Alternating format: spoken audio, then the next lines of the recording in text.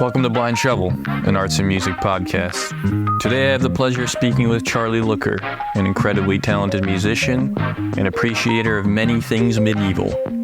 Keep 'em peeled.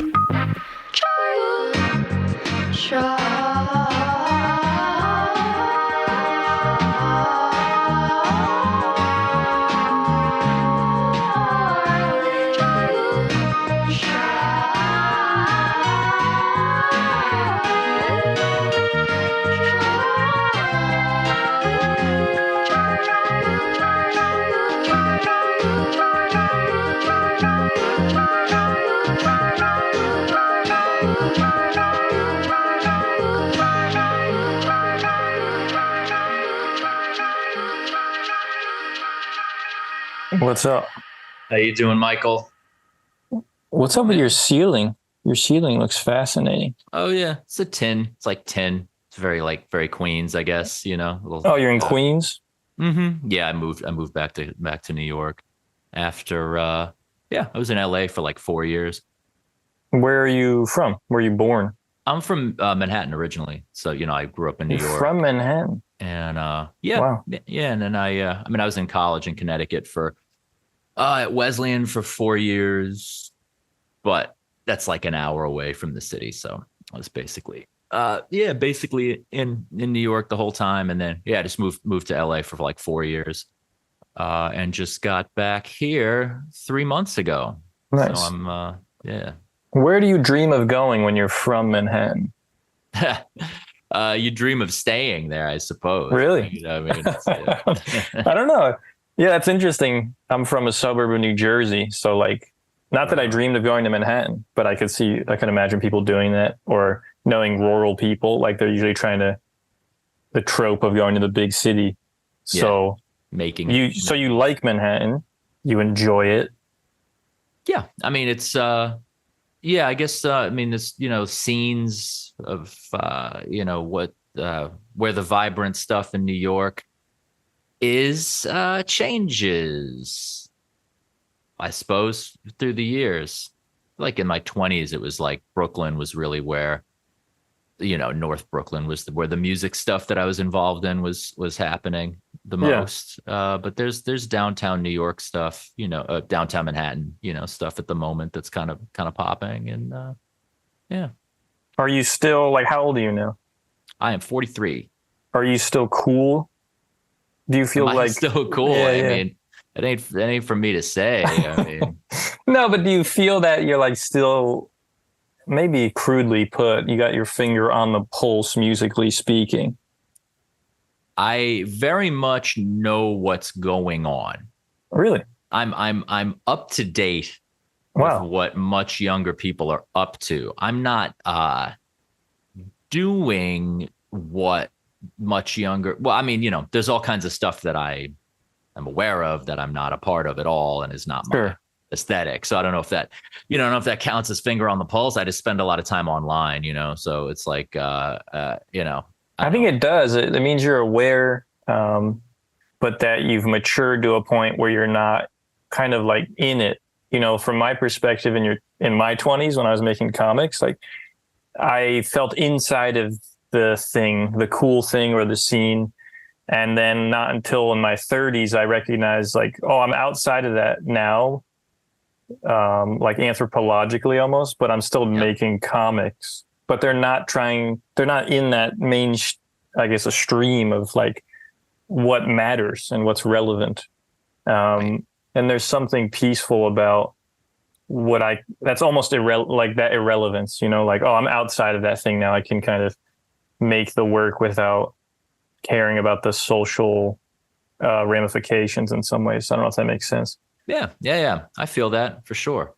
I mean, I've things that I'm very connected with, people my generation, and there's a certain family vibe of people in New York who I came up with, and I still play with, and I still hang out with, and it's it's community. And then there's other ways I've come to feel somewhat alienated from some people, and there's much younger people I hang out with that are I wouldn't say they keep me feeling young, but they keep me feeling like I know what's going on. They're different, people 20 years younger, 15 years, and they're not so different. They're not so different that I like don't get what they're talking about, but there's a different attitude, different vibe. I don't know. There's ways of speaking, cadences of, I don't know, literally. It's true. I don't know. At least the people I don't know, these Zoomers I know, they don't say like and they don't curse as much. I respect this quite a bit. I mean, at least the ones that I cross paths with. Yeah, now that you're mentioning it, at least something is different. Because I feel in some ways, I think regionalism is still a thing. I think there's art scenes that produce specific things based on their location. But one place where there is true difference feels to be the generational divide between different ages. Because I feel that I don't know many 20-year-olds at the moment, but I'm sure. I don't know. Yeah. Yeah, I'm sure that's quite almost like a different language. Yeah. But I like that. I mean, people I hang with, or these are not, I don't have good friends who are this, but when I hang with like people in their late 20s, even mid, I feel like I can tell them about the before times, right? That being pre internet 2.0, let's say. Do you view that as a qualitative difference? Do you think it was better back then? No, I wouldn't say that. Well, yes, no. Well, the 2010s. I think the 2010s were probably the worst decade in human history, probably. Well, that's no scholar. I'm no professor, but yeah, I like saying that. Is that a musical assessment or a general historical assessment? Well, just culturally, man. I mean, what like? You mean it was weak culturally? Yeah. You don't mean like there was catastrophe and morally it's just the everything, the entire thing, just interesting. Yeah, the aesthetics, the politics, people's attitudes, just humor. I go back and I check out like early 10s stuff. I'm checking out like awesome stuff from like 2011. I'm checking out like Tyler the Creator. Okay. Key and Peele or something like these things. And I'm just like, it feels like it's on the other side of just a looking glass of just dog shit. I mean, you know what I mean? Like it's that's just my personal. You have any assessment as to what caused that dog shit? Or is it just a cosmic cycle? I don't know. So just the way the internet just enabled some of the most pathetic forms of just narcissism and yeah, that's certainly an aspect. I have it's a very complicated problem. You think it persists, this dog shit? I'm not culture? Yeah, I'm not sure. This is like, this is not a whole theory I have worked out or whatever. This is just like an intuition. If you ask me, if someone asks me like what's up with the past 10 years or I don't know, or just what yeah, like we're talking about the passage of time. I mean, but then again, I suppose, like your 20s, I was in my 20s in the aughts. I mean, you're always gonna, your 20s are always gonna have the special place. I mean, I don't even know if it was better, but there's this special, like you're saying, you think your stuff feels plugged into something that's very current. And I used to admire that about artists who historically throughout their career were always trying to have their finger on the pulse and make in that vein. And I don't anymore. I don't think. I think I actually like the people who just stick to their, like they find their shit maybe in their 30s and then they, like that's them. And maybe there's a couple waves where they gain relevance, but they're actually drilling down on something outside of time, maybe outside of like a trend. I'm not sure. You know what I mean, though? I do. I mean, Miles would be someone who I would look at as someone who kept changing and sort of trying to keep up with the times. If we're talking about like electric period, Miles, I mean, that's kind of like him in his 40s, kind of trying to be like, I'm going to stay up on rock I'm gonna Right. still make like, he's like, I've been checking out this Jimi Hendrix stuff. I want to do something like that. And he makes this incredible, deeply important, historically important music. It wasn't it's probably not what he thought it was going to be. Maybe, maybe he thought he was actually going to be the next rock star or whatever. And then it wasn't that. It was a guy in his 40s being influenced by rock music as a jazz musician. You know what I mean? But it's but that desire to try to stay relevant and like, oh, I'm getting old. I want to do what the kids are doing. It's like for him, that was a very deep, it's a very deep move, I think. Yeah. I mean, speaking of that, when I saw your music in, I think it was Oakland, it was probably, this is Extra Life, probably like 8 years ago. That's what stuck. Yeah. Was that make sense? It would have been longer, man, because if we saw Extra Life in Oakland, that would have been at the very least like 11 years ago. Because that Extra Life, the first round of Extra Life, 2012. And that makes sense. Yeah, that would have been like, 12, 13, 14. Anyway, sorry, I interrupted. Go ahead. No, that's, you're just putting me in my place and my time there. I'm just forgetting that years are ticking off there. Yeah, I was shocked by how different, and I don't know that much about music, honestly. I don't know what it is, but it felt much older in the sense of maybe it's the key signatures or something like church-like, or yeah, I was taken aback by one that I thought it was beautiful in a way that wasn't maybe traditional. Like I couldn't pinpoint why, but I thought it was striving for beauty. And two, it felt I'm having a hard time.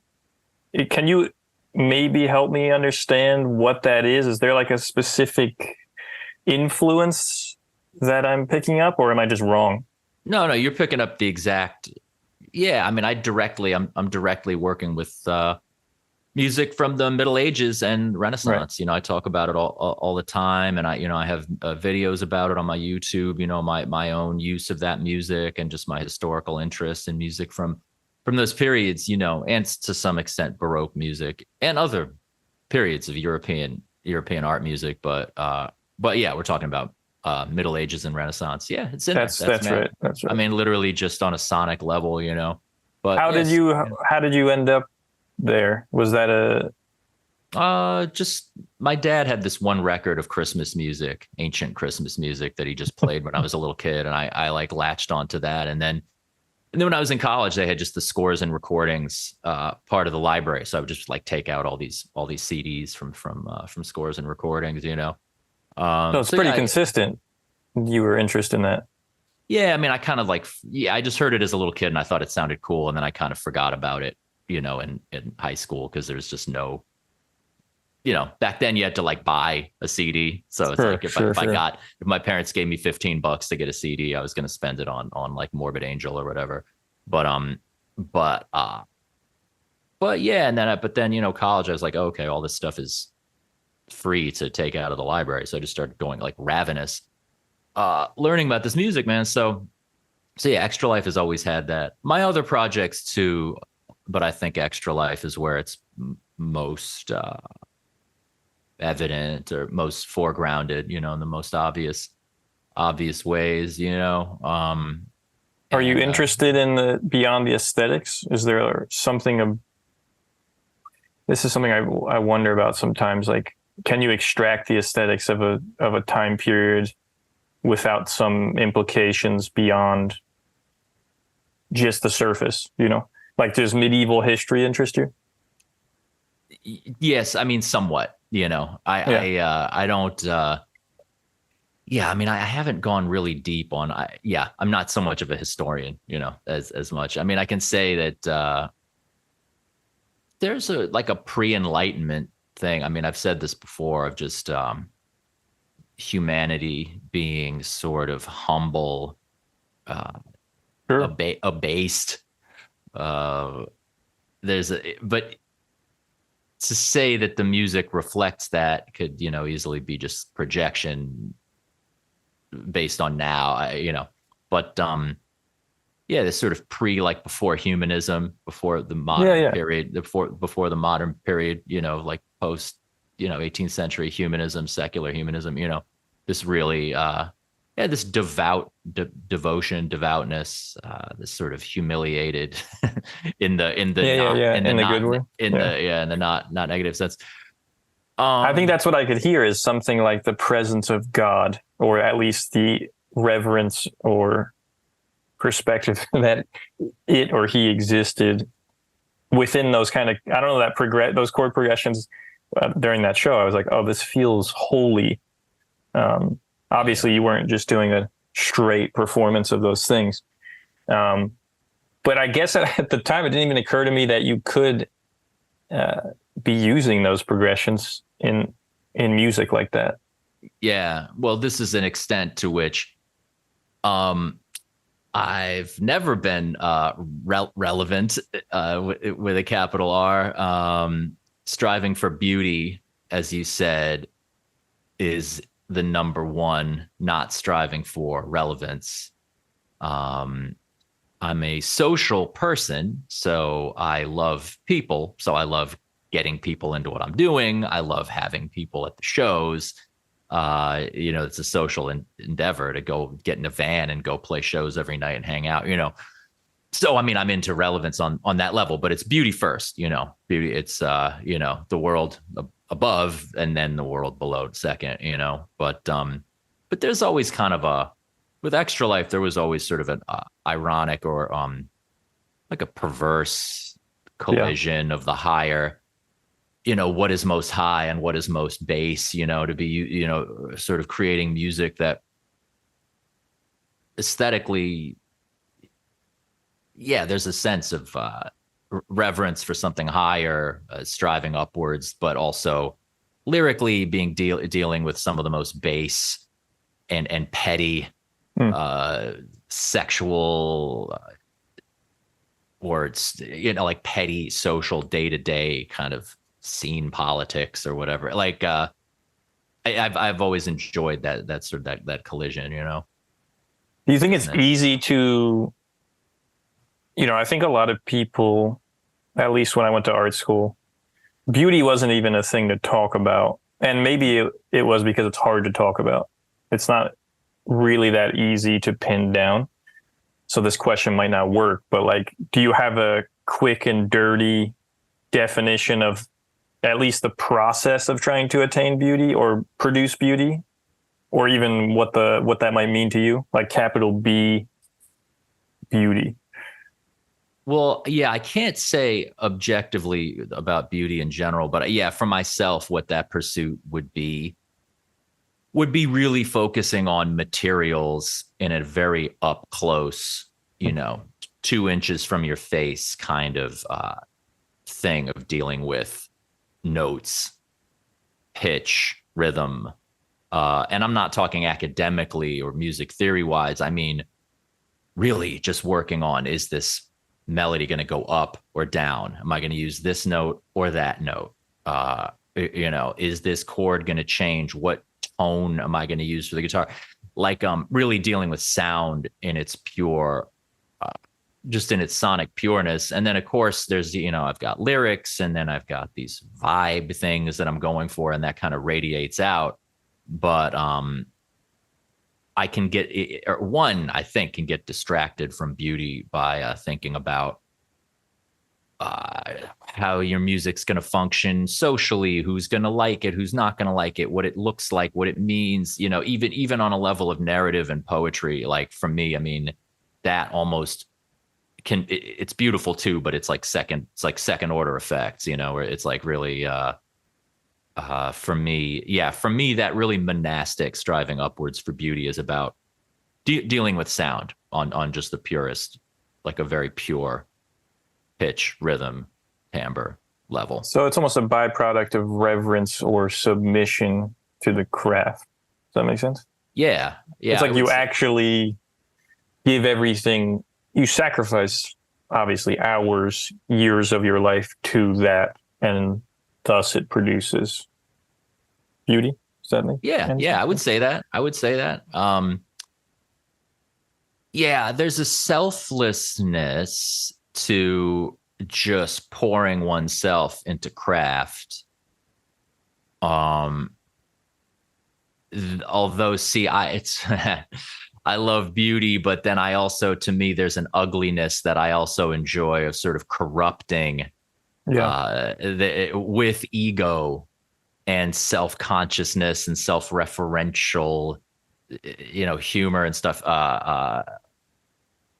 on top of, or to sort of deliberately mar this purity of beauty with just dumb shit, man. I mean, I'm less, that's less the extra, now that Extra Life is returned, it's less about that. Actually, the new Extra Life is a little bit more, it's only slightly tinged with the ugly and the egotistical and the mundane and the base and the profane. I mean, it is mostly just about striving for beauty, capital B, but like the older stuff, I took a real like pleasure in just constructing a melody that I would consider to be like an offering to God or something, but it's like I'm also just singing about my dick or whatever. I mean, just like that used to it's still kind of in there, Yeah, I was gonna say, like, if someone were to step back and they look at the album cover, I'm saying just like a person off the street, and we're talking about beauty,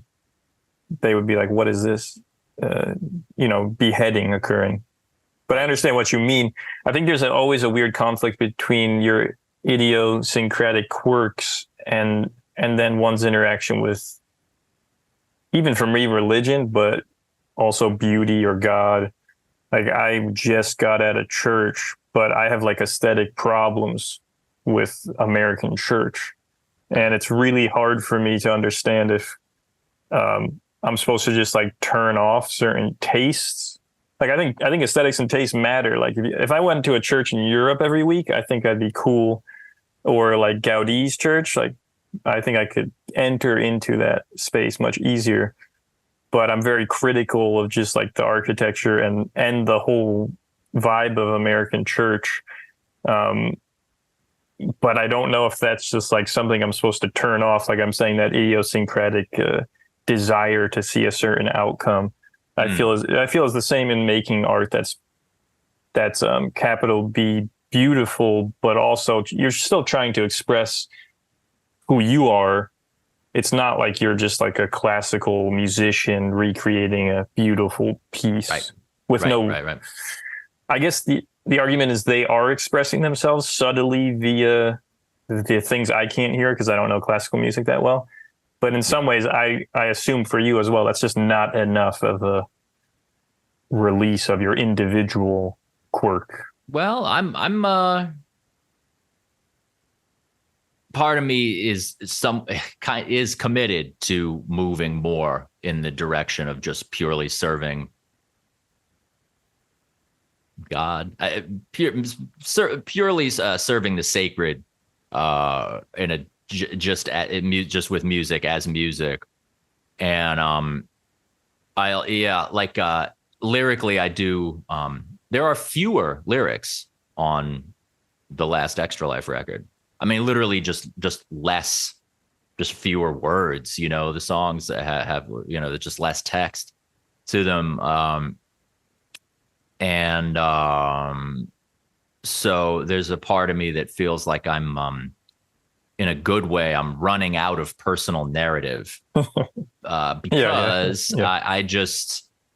I have less drama. I mean, there's less to self-dramatize, man. And what there is, I don't want to self-dramatize it. I mean, it's like that's personal, It's like, so but yeah, just making fewer mistakes, having less, interesting life stuff to chew on. I mean, I look forward to my life getting more and more boring every year. So that makes for less, exciting songs which so good, you know what I mean? But it's an interesting thing though, because it's like, I'm a singer. That is not just an incidental part of my work. That's not something that's going to fall by the wayside. I sing, and that means there is a certain subjective presence there, a subjectivity there that is different than making purely instrumental music.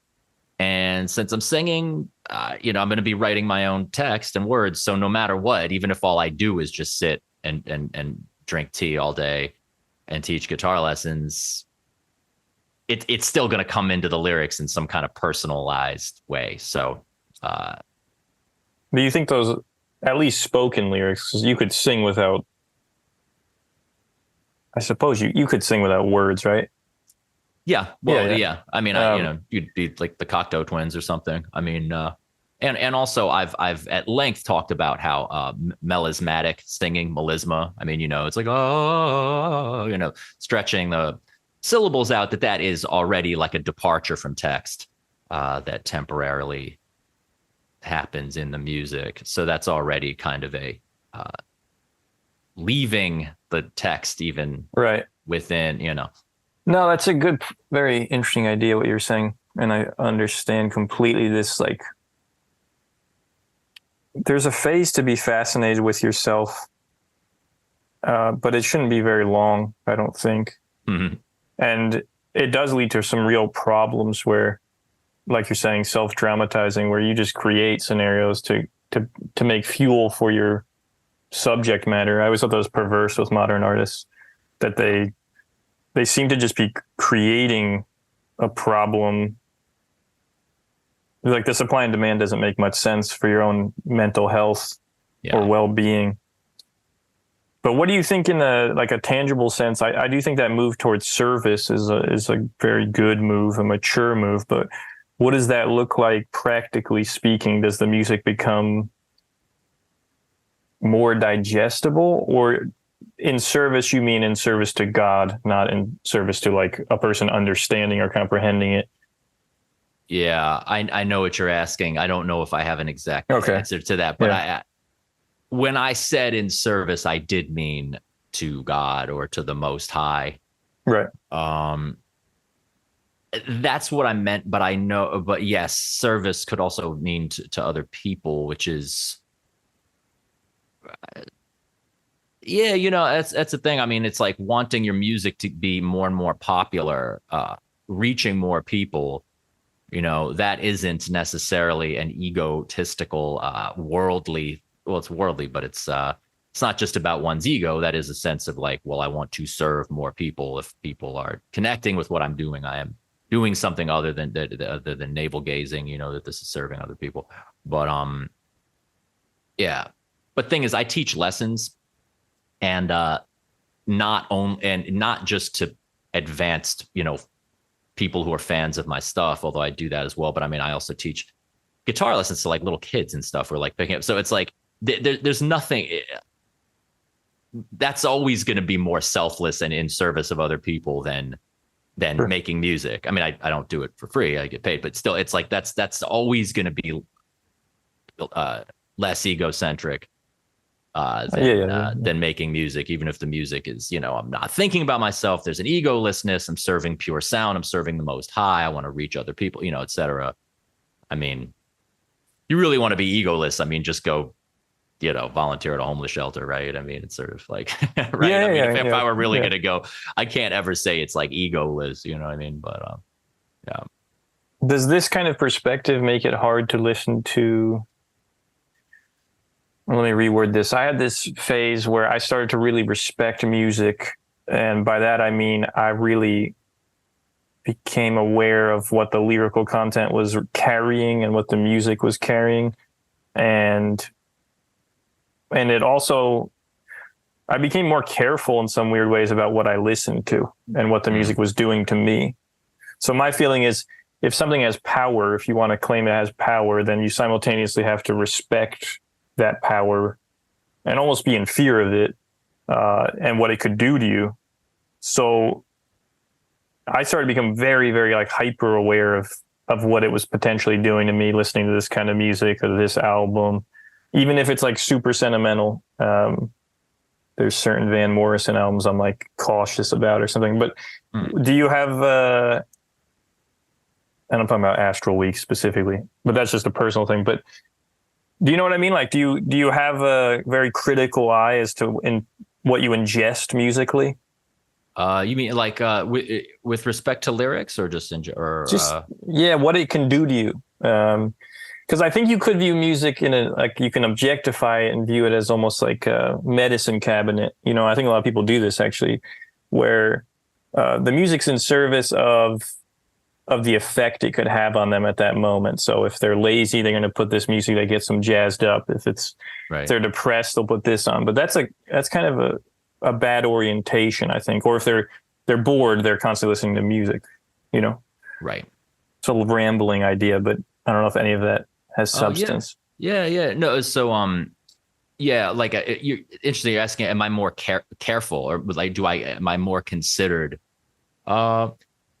Maybe, I don't know if I get more cautious, like limiting or being more deliberate about what I'm putting in my ears, but I do take certain things a little more seriously.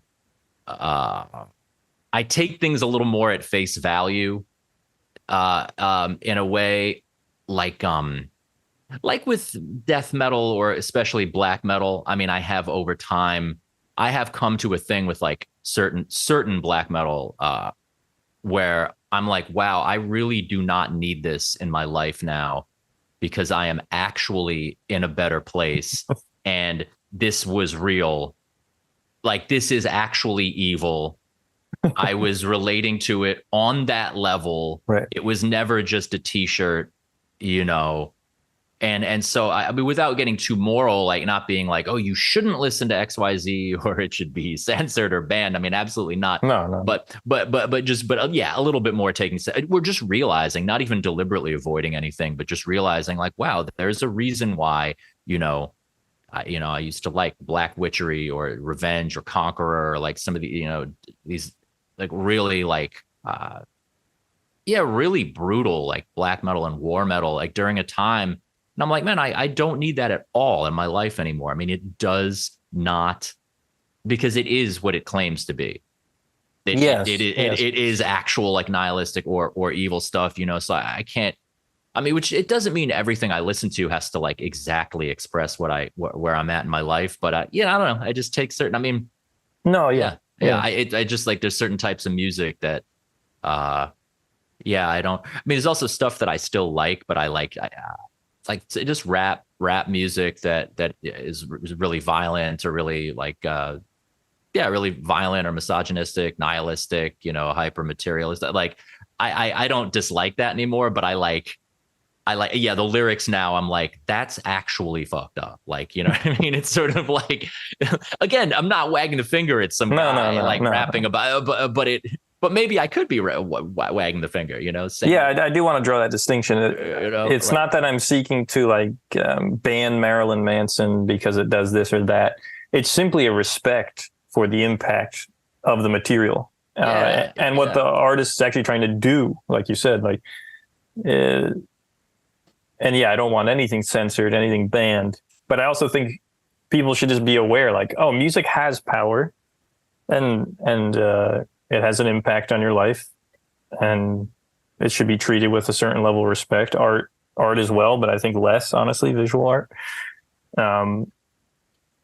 But yeah, that doesn't need to lead to moralizing, I don't think.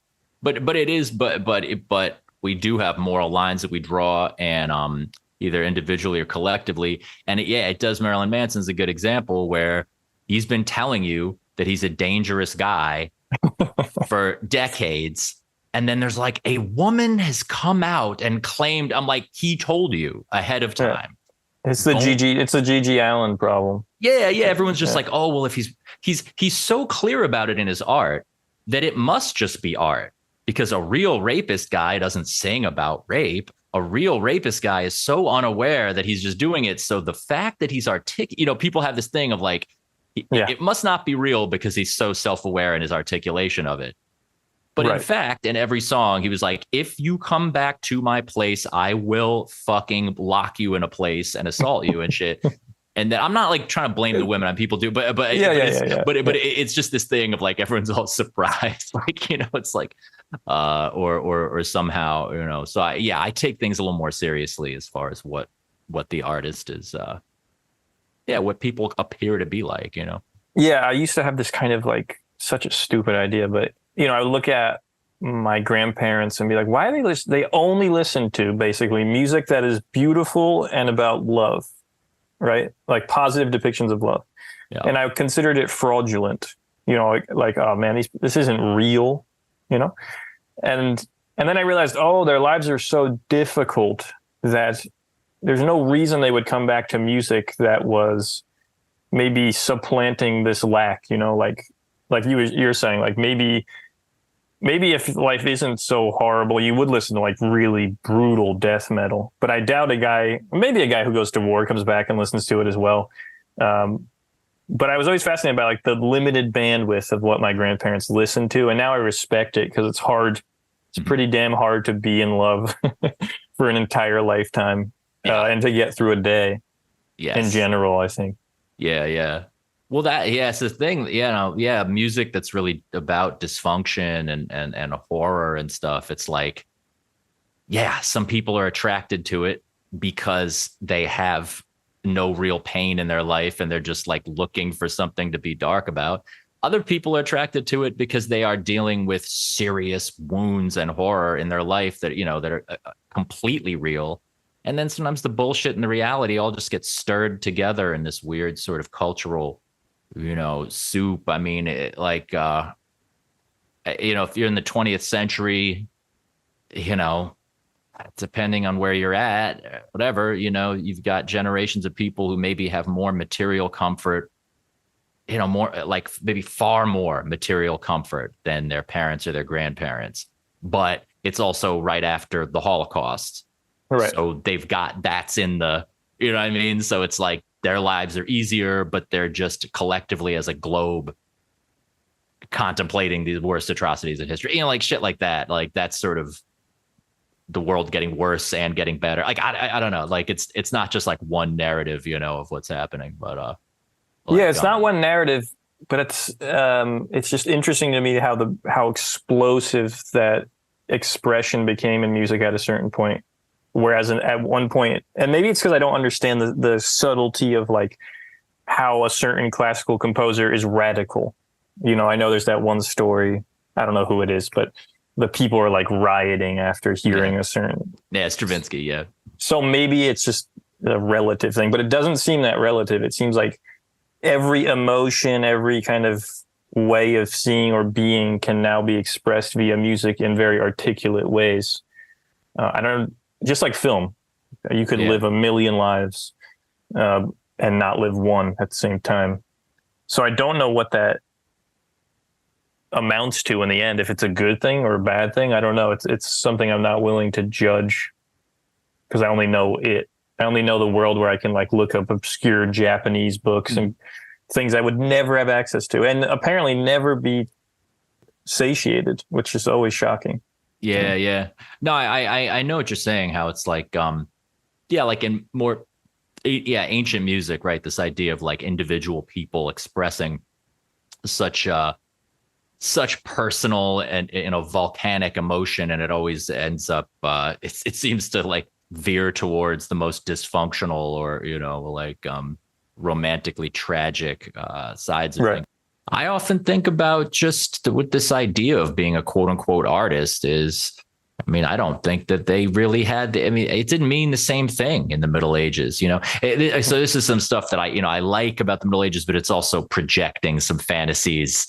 It's easy to sort of project on the past things that we think are lacking now, or we think that they didn't have then, or, but so I got to have some self-awareness that I might be, it's like a little bit distorted, especially that I'm not like a scholar, but you can tell, you can clearly in the 18th, especially 19th century, like this vibe of like being an artist who's this guy that has his own vibe and expresses his life and my passion and my this and that. Obviously that's a modern thing. That was not so much the thing when you're like literally an anonymous monk writing chants that you don't even put your name on.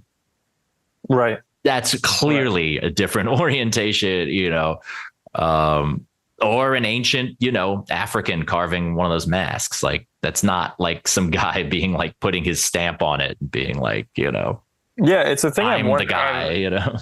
for sure. I've wondered if mental illness in artists is just caused by that complete disconnect from, if you're making a mask for your society and then it's integrated and they're using it to dance, like you're just kind of part of you're integrated. But if you're now just doing your thing, self-expressing on an island, I think that drives anyone mad, almost no matter what you're doing. It doesn't need to be art. It's just the isolation for a social being. I mean, I like some kind of, people who embrace hermetic lifestyles, but I just don't think I don't know how they really do it, to be honest. But the monk too is part of something bigger. It's not. I was going to say, it's funny because like, a monk, I mean, literally being like monastic. I mean, it is, technically it's the most cloistered solitary thing, but it's completely the opposite of that because as you're saying, it's music that is serving a public function, a community function, religious, collective. Have you ever read the Glass Bead Game? No, who wrote that? I always hear about that. Hermann Hesse. Okay. The only reason I mention it is like it's set in the future, and the beginning is an intro about how like we don't, as a society, they're like a kind of elite group of, I don't even know how to talk about it. Like they use music, the compositions of Bach as like a way to synthesize thought.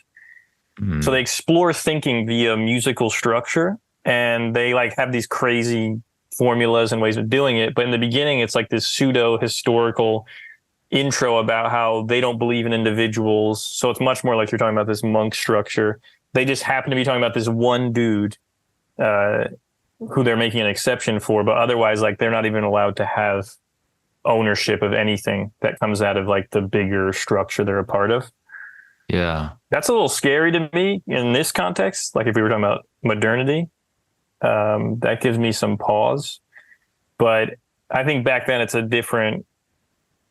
very different feeling to be a part of something bigger and to be anonymous.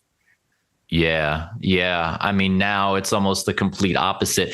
I mean, if we start really talking about contemporary culture and like the internet and just really literally the past 10, 20 years, I mean, it gets to this limit of what I can even conceptualize, like to really even articulate, because it's like you're dealing with like the hyper interconnectedness, but with also this ramped up narcissism of this personal branding that becomes, it's like you're more and more alienated and isolated in certain ways, but you're being connected with other people in these online communities, but everyone's getting turned against each other because it's just this paranoid, like there's just like so many like individual versus collective, like ironies and complexities that are just piled on top of each other. That is, it's even just talking about what I just started to say. It's like slipping.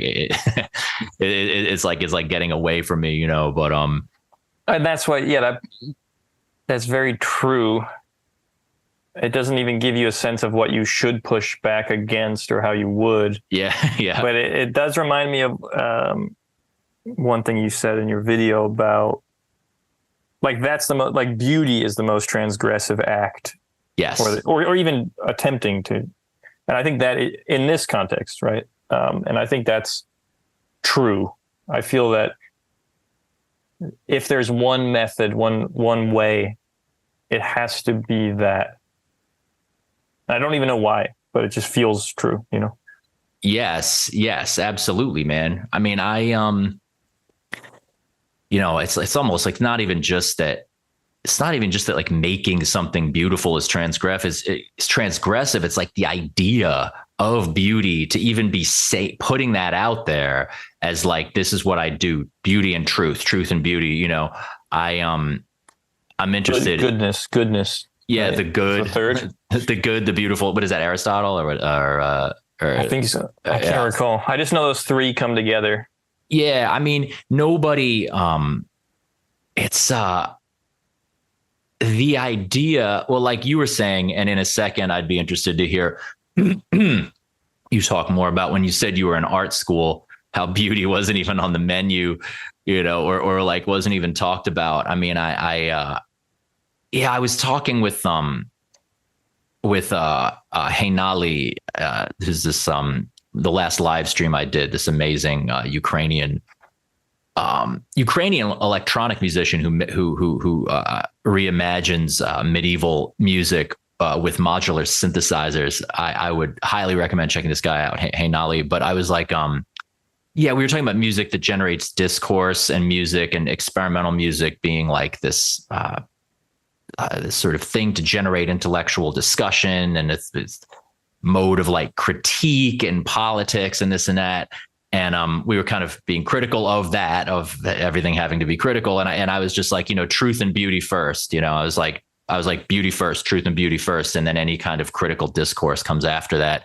And he was like, that's a conservative view, but he's like, I feel it. He was like on board, but he was like, that's conservative. That's considered very, very conservative. And I was like, if the shoe fits, but yeah, like it is interesting.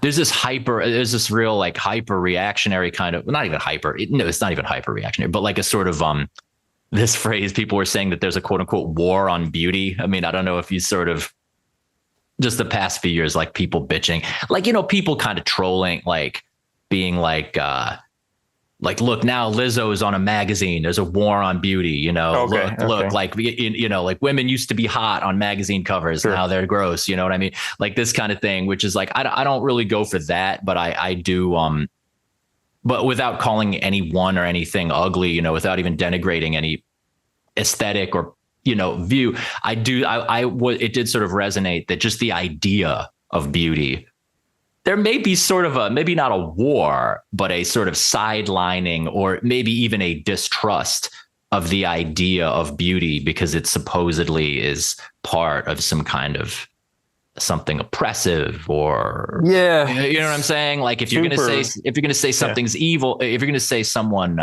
we're going to say a person is beautiful, that implies that someone else is ugly. If you're going to say that certain music is beautiful, it implies that something else is ugly. You're like, so as though there's some kind of inherently negative. You get where I'm going with this. So I sort of, I think there is a status quo thing where it's like you said, at least in institutions, certain types of arts institutions where it's like, you're not supposed to even be like beauty and truth are number one. There's supposed to be some kind of other thing. And I'm interested in what you have to say about what I just said. And also just what you were saying about how when you were in art school, what that was like, with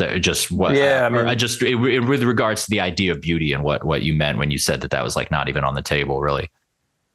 Yeah. Well, I think it's funny when, it's like an ad hominem attack in some ways to say, that's a conservative idea. First off, it's like, if it's like you said, if it's true, it's true. That's not really a valid.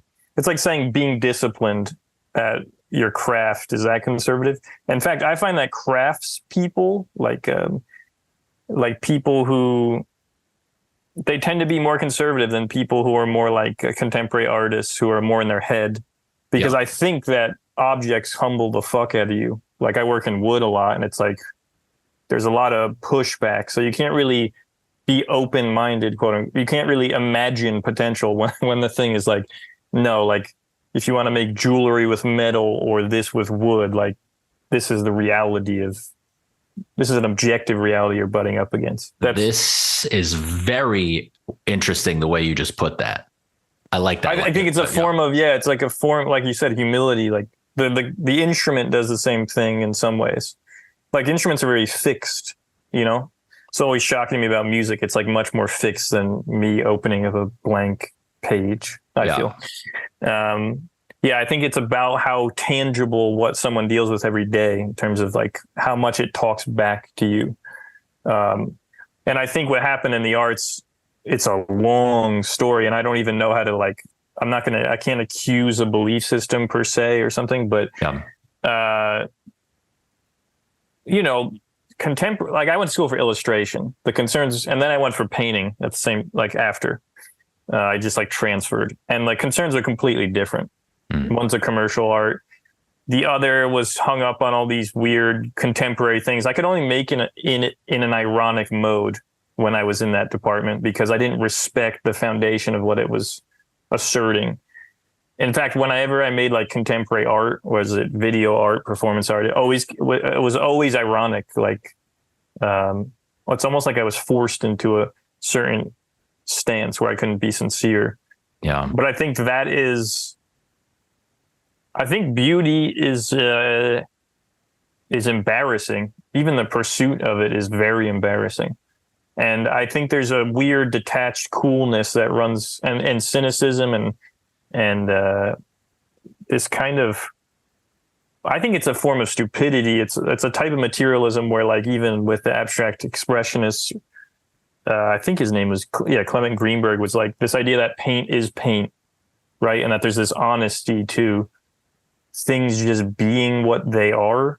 Yes. And that illusion is to be held as suspicious, probably because propaganda was being pumped through countries around this time earlier, World War II, et cetera. Like, I'm going to keep rambling, but I feel like the aesthetic nature of World War II, especially the Nazis, gave people pause about like what you could do with art or symbols.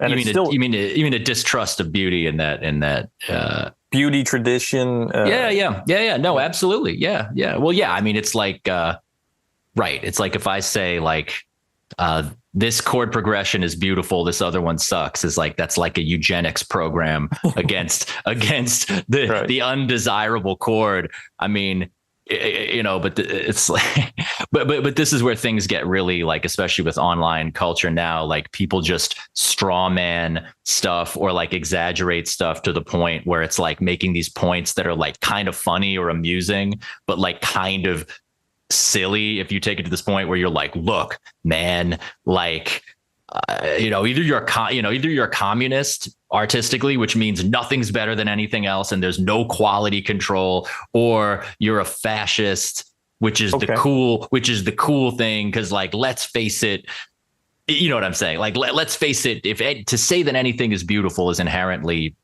fascist, and that's tough and awesome because we have to eugenically crush the bad chord progression. People just take shit to just this absurd levels that are like funny.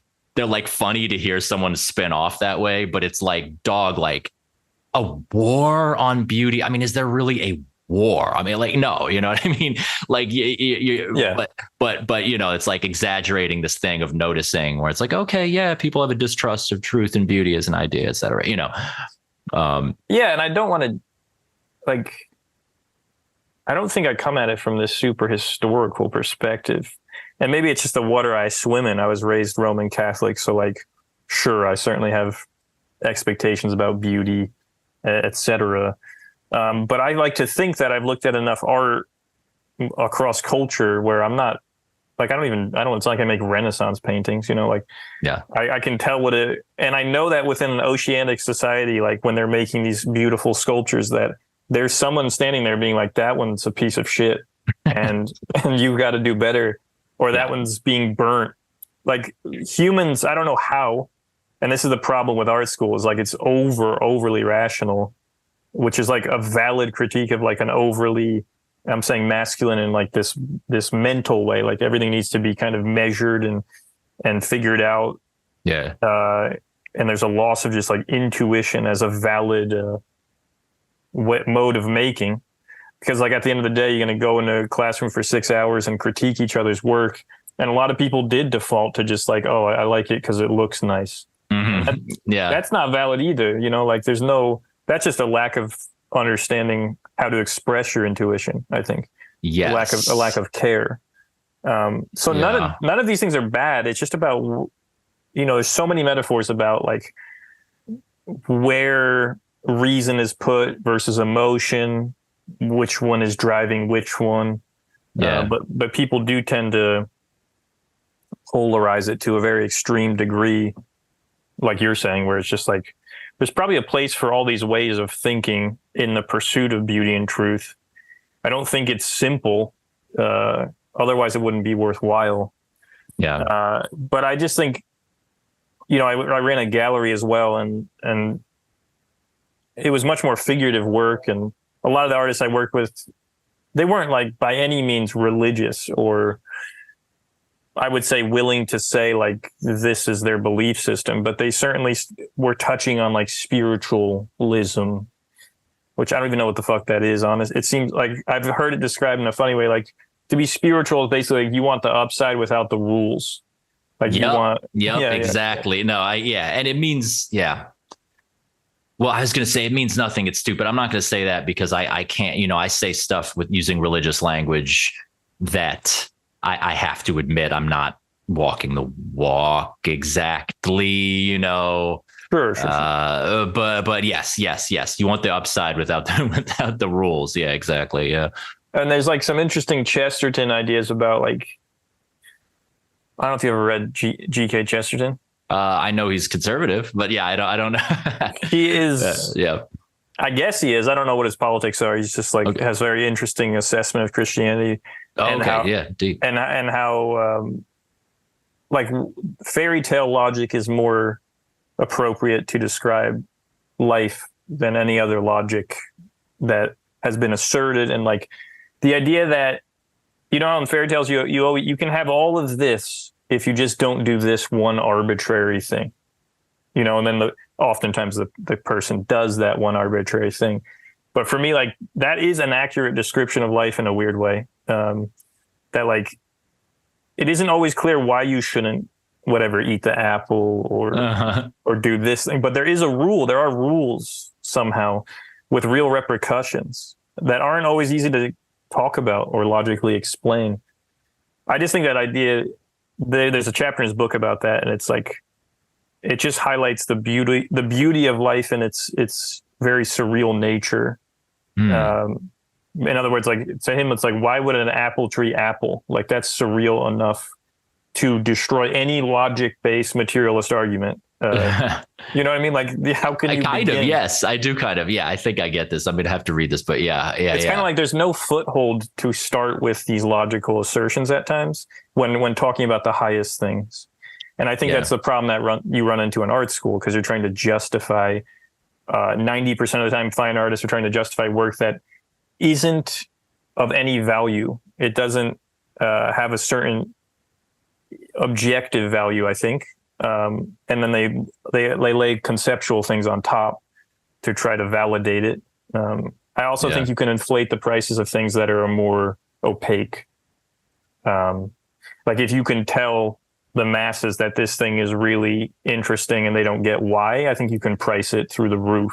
Yeah. And it's just this Emperor's New Clothes shit in the room of nobody likes the thing, but everyone's like willing to pay top dollar or something. How many great artists are you going to get in a decade? Probably not. Like I have a weird belief that we don't get more great artists. It's a fixed rate. It's a fixed number. There's more people who call themselves artists, but I don't know why I feel this way, but I just think there's some like cosmic ratio of greatness and it doesn't change. And No, I feel this. This is I like this idea. Yeah. I mean, I also like with music that's in a sort of art music realm where it's like funded by, the thing is the art world is funded by actual people buying the stuff, which is not as much the case with like, quote unquote experimental music, but like music, music that is, supposedly challenging, difficult, largely instrumental music that is funded by institutions and grants and stuff like that. Some of the artists and musicians, like you'll like see who's like getting a grant, like the grant money or the fellowship. And it'll be like someone making this most like beautiful, amazing work. And then someone making just complete dog shit. And it's like, they're both like, they're not like the person making the beautiful work getting the grant, they're like, it seems like they're getting it not because of the beauty, but because they were able to generate some kind of discourse around it and the blurb and the artist statement and the, my work seeks to deal with blah, blah, blah, it's like, okay, here's why it's good. Because my work's dealing with blah, blah, blah. Someone else is like, my work's dealing with blah, blah, blah. They're like, that's interesting too. But like, you know what I'm saying? Like the work is the actual beauty is like not. But there's a lot of beautiful music being made that maybe gets attention for stupid reasons, but like is beautiful, so it's like, that's a thing. It's like, sometimes I look at this institutional stuff, the way these mechanisms work. And I'm like, it's like so jive the way,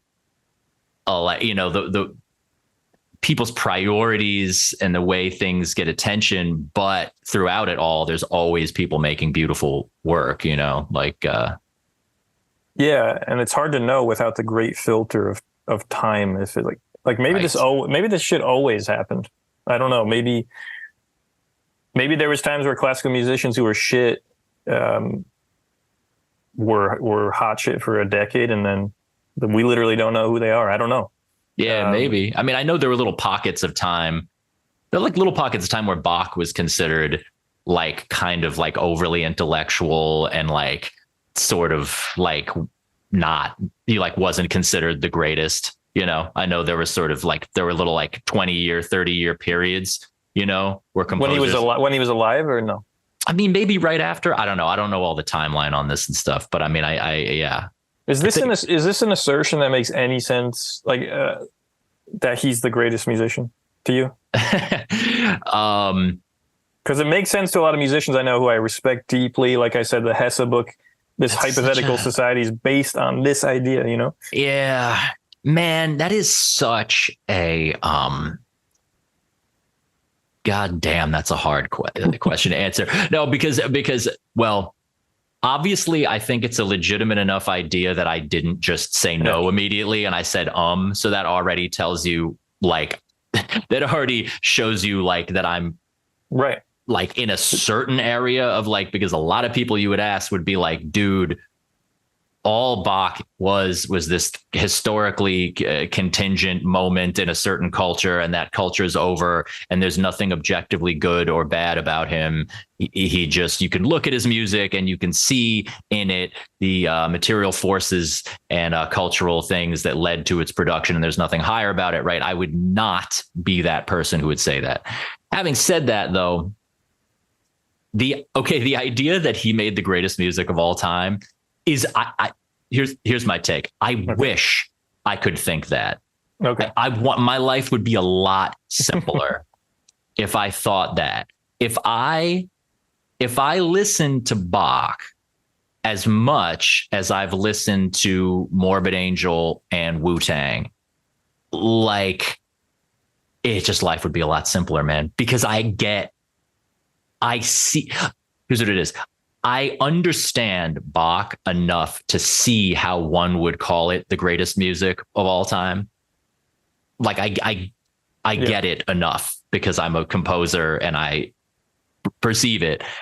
But as far as spiritually, you know, as much as I love these ideas of like the higher beauty standards, and there's certain things are ugly and certain things are beautiful, and we need these higher value, like as much as I believe that, I'm too fragmented and affected by the world that we live in. And perhaps I can perceive this greatness of Bach, but my attention span has been shredded to some extent, maybe even neurologically, that I know, like, you know what I'm saying? That like, that I can see that it's the greatest music of all time, but I just have my brain is too fucked, to be able to access it. And so they're like, I have to listen to like punk rock or whatever,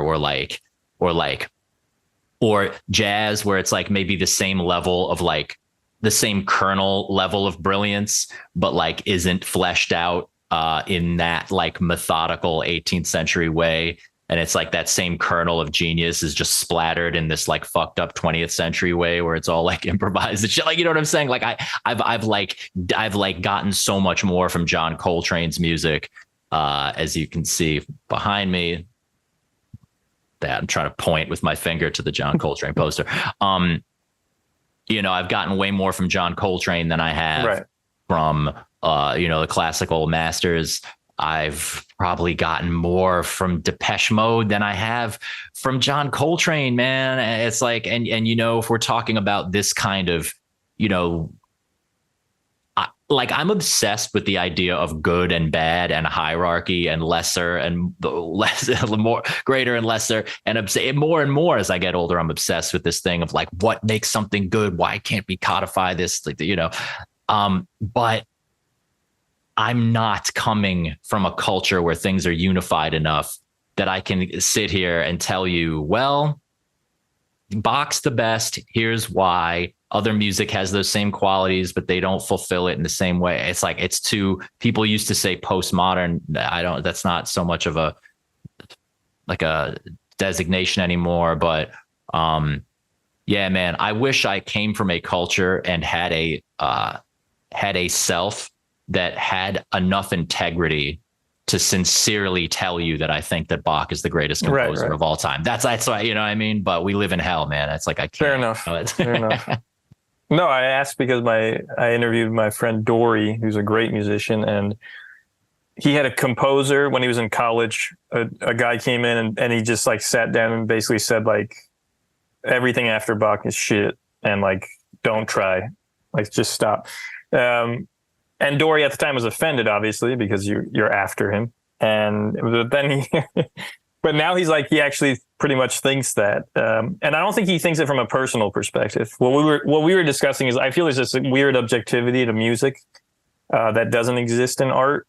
There's like this weird mathematical nature where I would accept a qualitative best art musician, but I couldn't sit here and even remotely tell you who the best visual painter or whatever it is. Sure. I think of like 24 at the same time. But I just think it's a funny idea. I always thought it was funny that like the best shit ever could have been made before you. Yeah. It's like you're not going to make it, and it's not coming up. And I think we have this weird notion of progress where we think, oh no, we're always on the tip of the linear spear, and it's only going to get like, we're going to hear all the best music. There's probably ancient lost music that, I mean, you can't even obviously imagine. And like you said, maybe we do live in hell culturally. I don't know. But it's possible because there's cosmic cycles. I think that it's not like the universe or whatever you want to call it is interested in the fact that we are alive at this moment, experiencing the highest upswing of civilization. Like, we could be in a downswing of culture. I think that's possible, you know? Yeah. I mean, hell, it's not a big deal. Thank you. Yeah. No, that's the kind of, yeah. I know hell. I just love saying we live in hell. It's just like a funny, there's just something about that that's just so extreme that I like saying it. But yeah, I mean, decay. Yeah. Things coming in cycles for sure. You know, I think, it's like, how often I think people express the idea that they're at the bottom of a cycle, like intellectually, but I don't think they very often think or feel that way. I think, and maybe it's just me, I'm like inherently optimistic or something, but there's this feeling that you're moving towards something. Yeah. I don't know, man. I mean, I have like I have a very conflicted, weird way of thinking about this thing of like objectively good versus subjectively just historical, you know, because it's just like,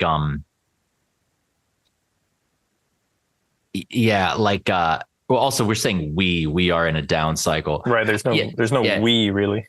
I mean, there is also like, there are, this gets at the limit of what I can articulate, or this gets at the limit of what I can think or really touch with my mind. But I mean, I do have a sort of, I'm not super interested in like transhumanism or that kind of thing. I'm not really interested in it like to read about, but the way things have accelerated, you know, technologically the past few hundred years, it's like, it's almost insane to think about like, well, things come in cycles and the things are going to come back around. It's like, there is this thing of like, you know, you could call it progress or you could call it decay, but you know, this is as far as just empirically what's going on. I mean, it would seem that there's just this like accelerated just takeoff of stuff since Bach's time, basically, that is tearing humanity apart. And like, you know, the future is not some like return of the past, nor is it progress. It's just some shit that's off the you think it's new? Yeah. I mean, cool. I mean, they're just certain things that the way things are going is just like beyond what I can think. It's beyond the thinkable. Like, you can't think about what it's like to be what a human being is going to be in 100 years. Like, that's not even like, you know, it's not even like people are going to be doing, it's like, there's no people, it's something like, yeah, I don't know, you know, but this thing, that's not appealing to me. That's what I think when we start talking about the future. that's what I think of, but I don't enjoy that. I'm not attracted to those kind of aesthetics. Obviously, transhumanist aesthetics. Yeah, not really. In like tech, I mean, my stuff's very low tech. I mean, I don't know. There's all these ironies, man. There's all these ironies, and this is why people think or maybe they correctly think I have these very like reactionary tendencies. You know what I mean? Because it's like, I want to think that things were better in the Middle Ages. I want to think that things were better at these times in the past. Of course, the Middle Ages were kind of a down cycle in a way, right? I mean, really, it's like antiquity. If you're going to be really reactionary, but like, there's stuff that I wish I could think, and I don't really think. Okay, but I wish. You know what I mean? I mean, what's the alternative? Like, I think there's hubris to being like, oh, we here have the best ideas because it's happening right now. There's clearly ideas of the past that are superior to our ideas, and vice versa. I don't know how that couldn't be true. I don't know what could be more arrogant than thinking everyone in the past was just a fucking idiot. Right. That's what. Yeah. No, and all their systems were stupid and backwards, and we have just been slowly improving on that. It doesn't even make sense to me, because there's no monolith probably of medieval people. I'm sure there's medieval people who were atheists. Also true. Yes. Who were devout, and probably majority are just right in the middle, who probably don't give a flying fuck, but are immersed culturally in this thing. They're not thinking about maybe like in their free time, God or something. Yeah. No. Yeah. The more distant you are from something in time, or even just socially, or, even in the present, it's like the more distant you are from something, the more it appears like a monolith. Whereas when you're there for something, you see all the fractiousness and the fault lines and the heterogeneity and the infighting and whatnot. Well, I think that's what's interesting to me about, the idea that progress is actually a refinement over time, and that there is a required respect for the past, aspects of the past that you have to, because it's taken a long time to build, but you have to continue that tradition in a new way. It sounds paradoxical, but as long as it's not contradictory, I think those are two different things, contradictory and paradoxical.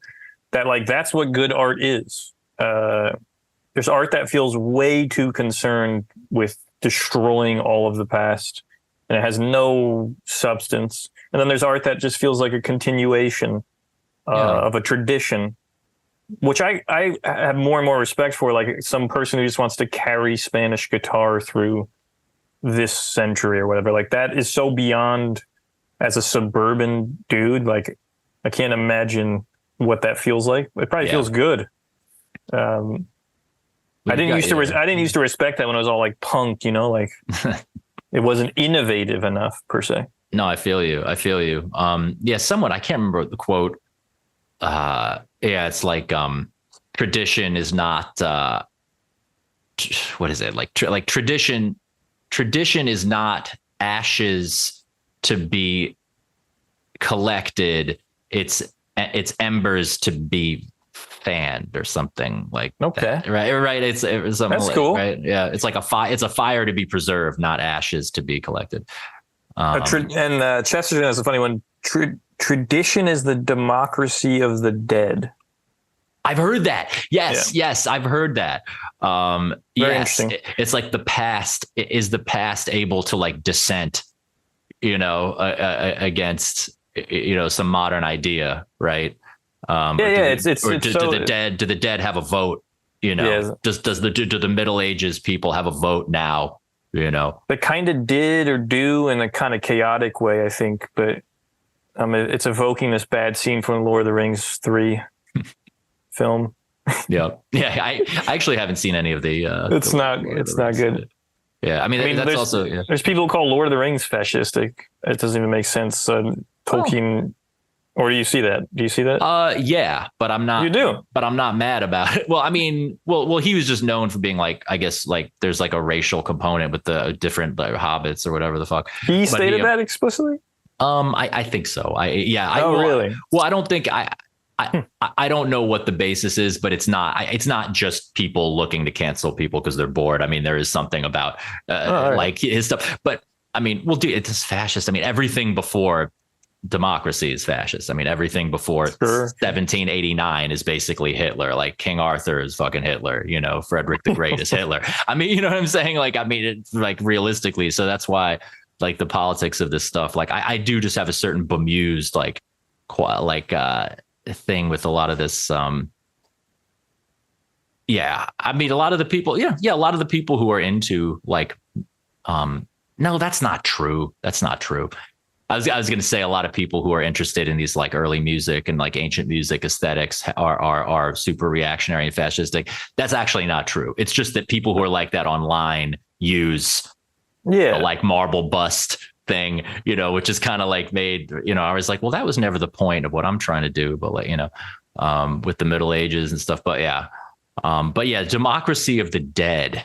That is very, very interesting. Yeah, I had heard that, but I had. Well, yeah, it came as a shock to me when I just and when I say realize, I mean the term very literally, like what it sounds like it is.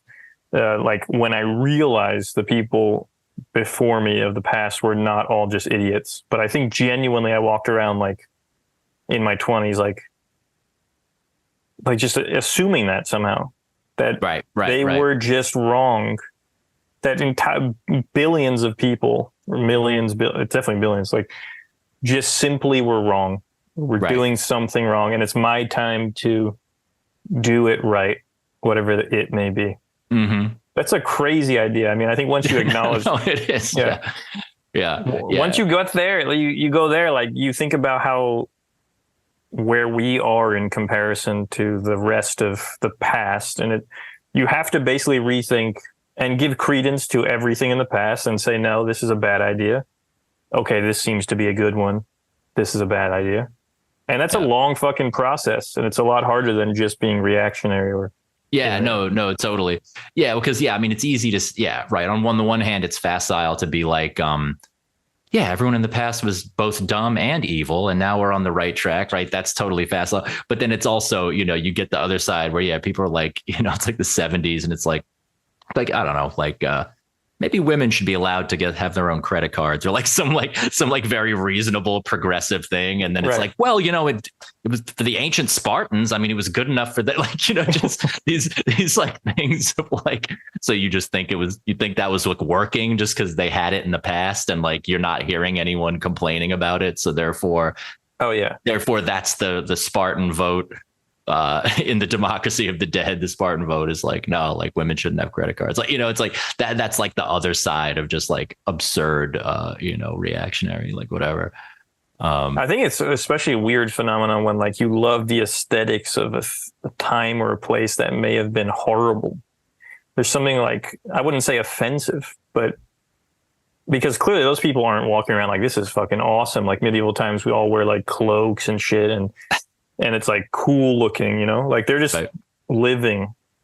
Do you ever have that sensation with like the mining of medieval things? Like, well, I mean, the mining of medieval things, that's the thing. I mean, that should appeal to me on such a pure, like aesthetic level before I even knew what anything represented or meant, before I even, you know, I literally would hear that was one record around the house that my dad would play just on Christmas. And we're not even Christian. This is a Jewish guy, but it's just like, oh, we're doing Christmas. I have this weird, you know, so it's like my like engagement with that was so pre any point or narrative or history or, you know, but then do, you know, being medieval and keeping on with the medieval thing.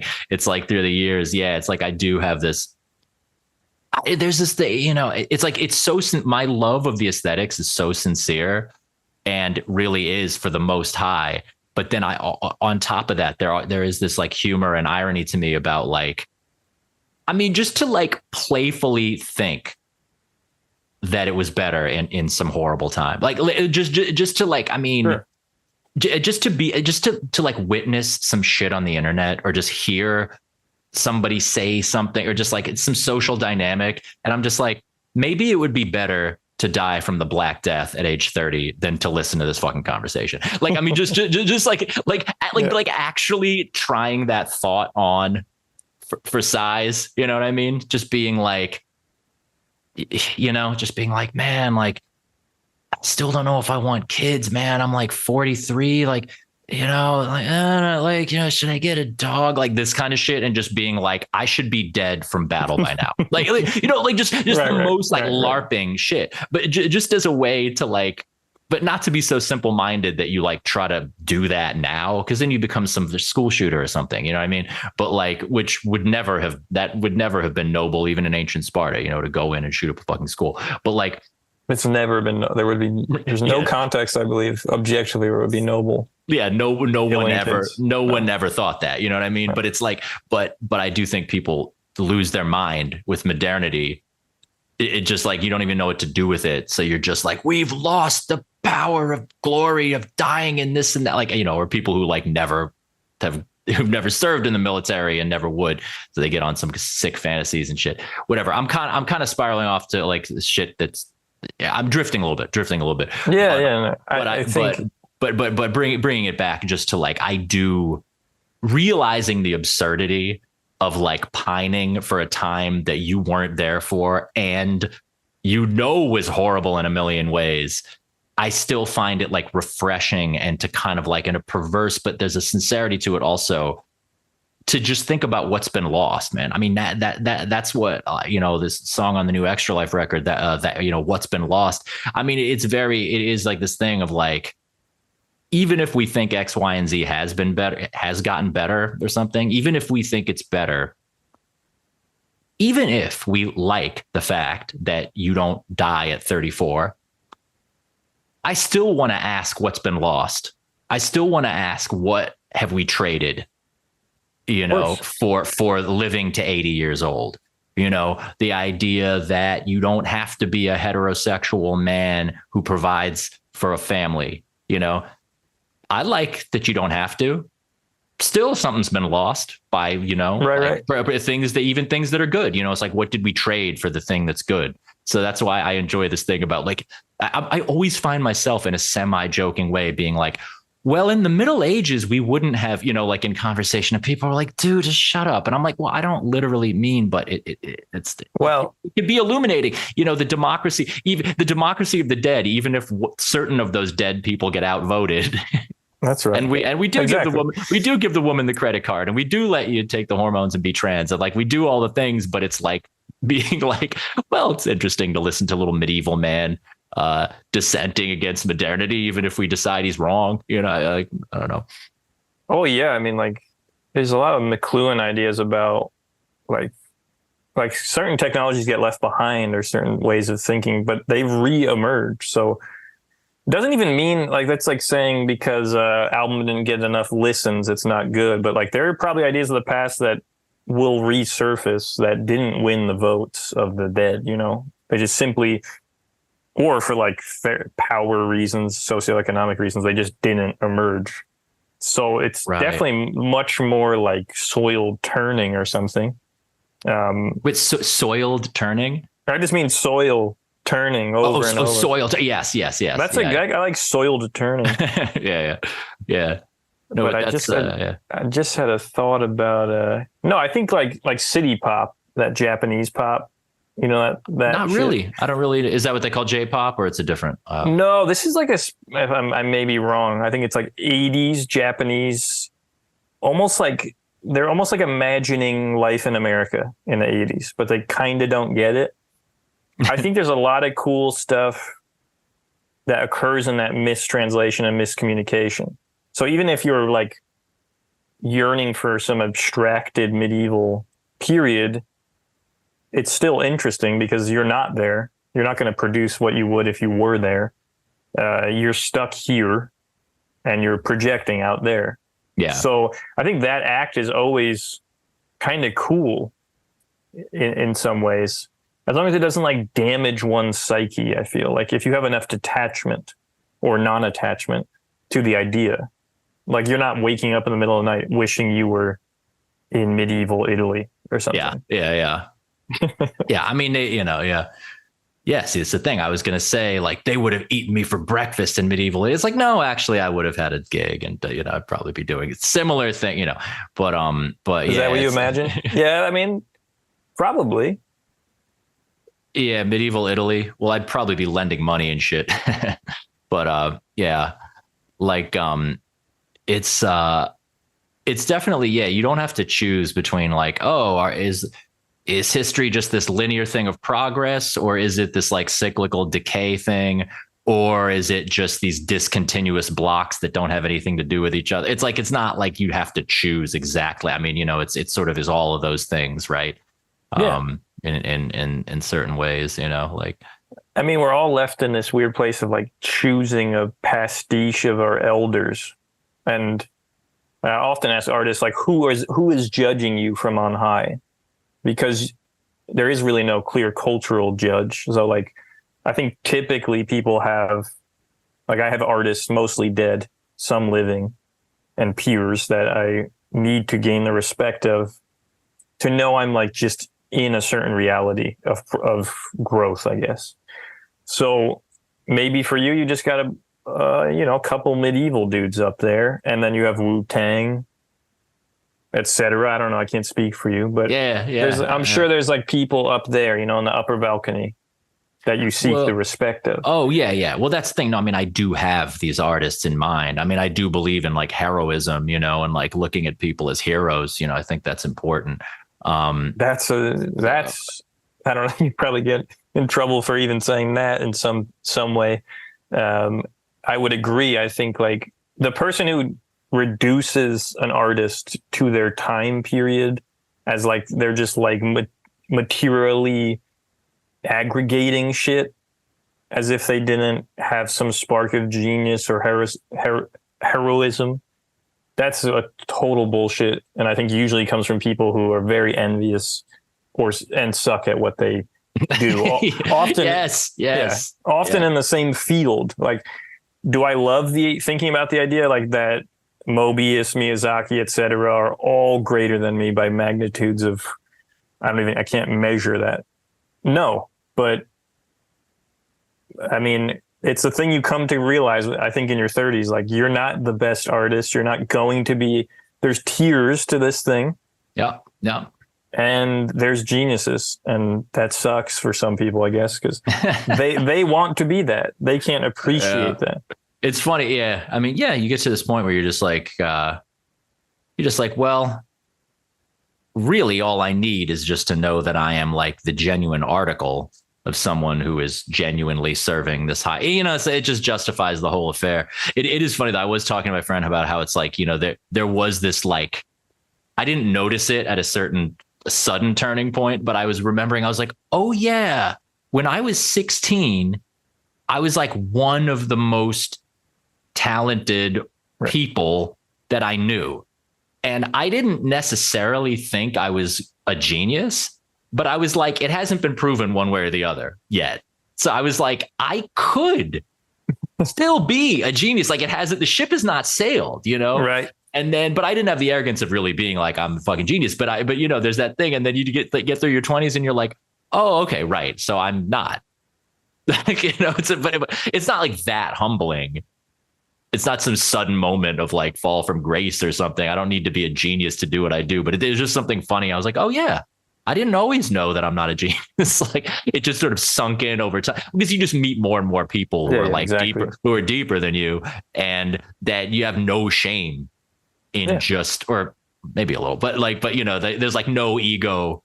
It's like not even an ego blow to just be like, yo, like, he's got it, she's got it. It's a hero, you know, and not just John Coltrane, some guy from like, you know, years past, but literally just people I know. Yeah. Who are just deeper, you know?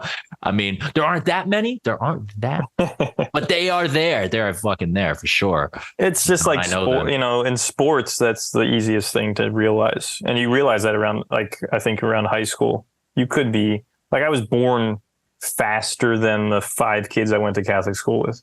Right. Right. So like, I could burn them, and I didn't earn it. Like, I guess then I realized certain kids were earning it in like 8th grade and high school. Like, they were trying to be soccer players. Right. And I had no interest in either, but I was spoiled in some sense, but like, I had no interest in earning it. I was just like, I was given this thing. We should only be measured by what we were given. It's a pathetic mentality, but I think in sports you run into this all the time. It's like, yeah, the level of the worst NBA basketball player is so much better than like so many people who think they're amazing at basketball. Right. And it's fine to say LeBron James is like, I guess you could say, a genius in this. And I don't think that means I don't think that has any fascistic implication. Although maybe the word is so perverted, because all I know is about the merger of the state and the corporate interest. That's how I would use the term. But it's been so like twisted. I don't know if it does. You mean even using the word genius, or you mean just Yeah. I mean, if we're talking about like high and low and differentiate genius, I've seen so many articles about how we have to stop. I think I've read many on different people, but I think it was about Kanye. And it was just like, we have to stop calling Kanye a genius or some shit. I couldn't even like. Right. I mean, there's no way a genius could be an asshole, right? I mean, it's impossible, right? I mean, he said stuff that was gross. He must not be a genius. I mean, these are people who hate art. I mean, they fucking hate. They do. So yeah, there is a war on beauty. God damn it. No, I don't know. But yeah. It's not, it's, I have a lot of educators in my family, and you teach people too. I don't want to be hyperbolic, but I think there is like an effect that happens in a democracy where things become democratized. And I think there is a loss of appreciation for some of the higher achievers in certain spheres, because it kind of goes against the idea sometimes. Like if you look at it very superficially, being equal, I think some people think that means like we have inherently equal exterior value. Whereas I think it's much more like a spiritual idea that has implication via law, obviously, but like it doesn't mean that LeBron James and me are equal at basketball. Right. You know what I mean? Like, yeah. A lot of education, I have to hear it all the time because my mom is a teacher, and other people, like, it is definitely true that the pursuit of excellence and the heroic, I think, is diminished. But I don't know if it's like some grand conspiracy. It might be the result. No. Yeah, that's where you get really demented, where you're like, It's a conspiracy, and people are like, guess who's doing the conspiracy? Shut up, dude. No, it's it's probably a technological thing, because you can kind of outsource certain. Like my thing is, I believe we're going to outsource thinking via AI soon. And I mean like poetic thinking even, and like the future people are just going to be really boring individuals when apart from their machines, because you're already seeing that. And I think that's partially what happened in the 2010s. Like, I just think more, I do feel that people are generally more and more boring. And that's a problem spiritually, I think. Yeah. Well, people are more risk averse for sure. That's what I mean. Heroism typically is about facing some kind of risk, which maybe isn't necessarily the way I view like John Coltrane or the RZA or whoever. I don't necessarily think of them. It's facing risk, but there is this thing of like heroic deeds, But yeah, people being very risk averse. I mean, it's like, but then, it's like, no one's going to riot at your concert anymore based on just aesthetics. No one's, Stravinsky was like, there was a riot because of the fucking sounds that he was using. Like his writing for bassoon and oboe caused people to just fucking brawl.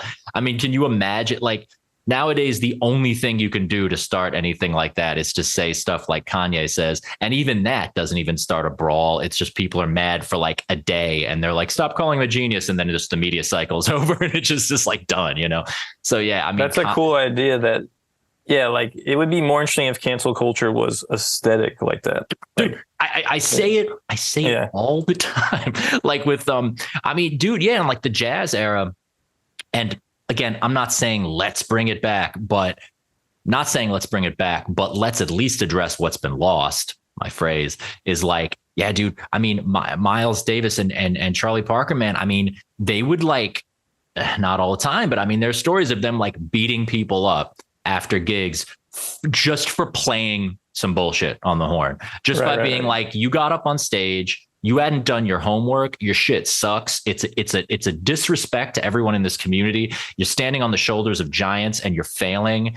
Like get the fuck out of here, you know, like with physical violence, you know, I'm not saying we should do that, but right. Like you said, if cancel culture were aesthetic, just being like, but the thing is, it is because it's this where like morality and aesthetics, like, you know, Kanye says some ugly, like bigoted stuff. It's like, basically people are like, that's ugly. You know, I mean, they try to make it like it harms people. It's like, yes, but even the moral thing of like, it's wrong to harm people. Ultimately, that's an aesthetic judgment. You know, it's like it's ugly. It's ugly to do that. You know, I'm using it in a more narrow, because I agree. Like, I think it's more moral by my estimation, but I'm trying to be more narrow definitionally. Like, I actually think presidents tend to be elected by aesthetics at this point. Nobody knows. You ask most people about the policies of Trump and Biden, they have no fucking clue. Know, but they know the aesthetics of what they see. No, totally. Yeah. Now, the reason I think it's different is like, I don't think that means they have a refined aesthetic sensibility. I think it means that they're operating on like the vanity of what's being seen, the surface. Yeah. So that's what's weird about art, I think, is it's simultaneously the most vain yet deepest. So it's like so talking about it can get difficult. Yeah. But there's stories of painters fighting each other over just theory. I know you're not going to see that again, or maybe you will, but yeah, nowadays, dude. Yeah. Post World War II classical composers at Darmstadt, man, the modernist shit. I mean, it's like, yeah, your process stuff that like mattered to people, man. It was like polemics, throwing stuff, man, you know. Yeah. It's so, I mean, it's awesome. I think it's just reverence. It's respect. Like I was saying about the music, like, I don't think people can even like fathom like that level of. It's not about some weird, like bias or something. It is a recognition of an objective goal. I think, you know, they wouldn't be beating the fuck out of a dude who, if they were like, well, that's just how you play notes. Yeah. It's just the way you played today. They're like pointing towards something. And they're not doing it right if they're beating the shit out of a guy, but some pressure should be applied. Absolutely. Yeah. I'm just thinking about like a book of these stories, because it would be very interesting to read like these kind of clashes over just aesthetics. Yeah, man. I mean, yeah, this isn't just it's harder and harder to codify what makes something good or bad, but I'm committed to the idea, man. This is not this art, music. It's not just about what you can fucking get away with, man. You know what I mean? And it's like, and that is what, you know, it's not a game. It's not a game, man. You know, it's yeah. Yeah. Let's briefly talk about your YouTube channel. Oh, okay. Yeah. Because it's kind of interesting to me. Like, I started this podcast, I don't know, like a year ago or so. Yeah. Mostly just like talking to different artists, and that's it. There's no complex reason. I think living in the suburb of New Jersey, like I need to extend my tendrils one way or another, you know? Yeah. I'm not like by no means an explosive extrovert, but I do find it necessary to talk to humans who are interesting. But what was first off, it's called Last Things. Is that right? Yeah. Which is this apocalyptic Christian thing, which I am not, but it's clearly something about it means something to me. But yeah. How did that come about? How did I start doing that? Yeah. Well, it's funny because it was actually right before COVID. So it wasn't born of COVID, although I think perhaps I intuited something that was about to happen, because I do believe in, psychism and stuff like that. So I started doing it. Well, it's almost like just culturally, I felt like I had these takes on things, reactions to things, ideas about art that were not, or music that were not fleshed out enough to write essays on, because I'm not trying to be a writer, although I have written some essays and stuff that I take, very seriously, but just time wise, discipline wise, I'm not enough of a cultural critic or enough of a serious, thinker guy to be like, I'm going to flesh out all these ideas. But it's like, I care enough to want to get the opinions out there, especially because YouTube is just like, so I was almost negatively inspired by just how dumb all the takes on YouTube and Twitter and just the internet, I'm just like this amount and degree of wrongness. I have to do my 2 cents, man. I can't, it's like it's just counteracting stupidity or whatever. And I was like, you know what? And I was also inspired by a couple of people like, through the kind of philosophy online thing. This guy, Justin Murphy, I don't know if you know his channel. No. He's gone in different directions that some of which I'm less or more interested in. But at the time he was doing a lot of stuff about like Deleuze and certain like, Bataille and stuff. So I was kind of inspired by that. But I just thought it would be a way to be like just have my little takes, but explain them a little better, because I was like, okay, there's a little more nuance. It's easier to express nuance if I kind of run my mouth for 5 minutes and you hear the way I say something, and I can do but this, but that, but although this, even literally like verbal cadence and like hand gestures and shit. I mean, that affects what's being said. So I'm like, all right, this is a way for me to like think about what's going on culturally in a way that is deeper than sending out cute little tweets that are utterly unnuanced. That's like deeper than that, but not as rigorous as like I'm a writer now. Gotcha. So that was the initial impetus, just to think in public a little bit and just be like, is this landing for everyone? Am I an asshole or what? There's like a little bit. What has the result been? Very positive, man. People are very into it, man. I mean, the people who are into it are very into it. It's good. I get messages. I appreciate that. I'm really psyched that you. I like what you're doing here, man. I really appreciate being asked on the show, man. I feel like we're very much on a wave, similar wavelength with a lot of things.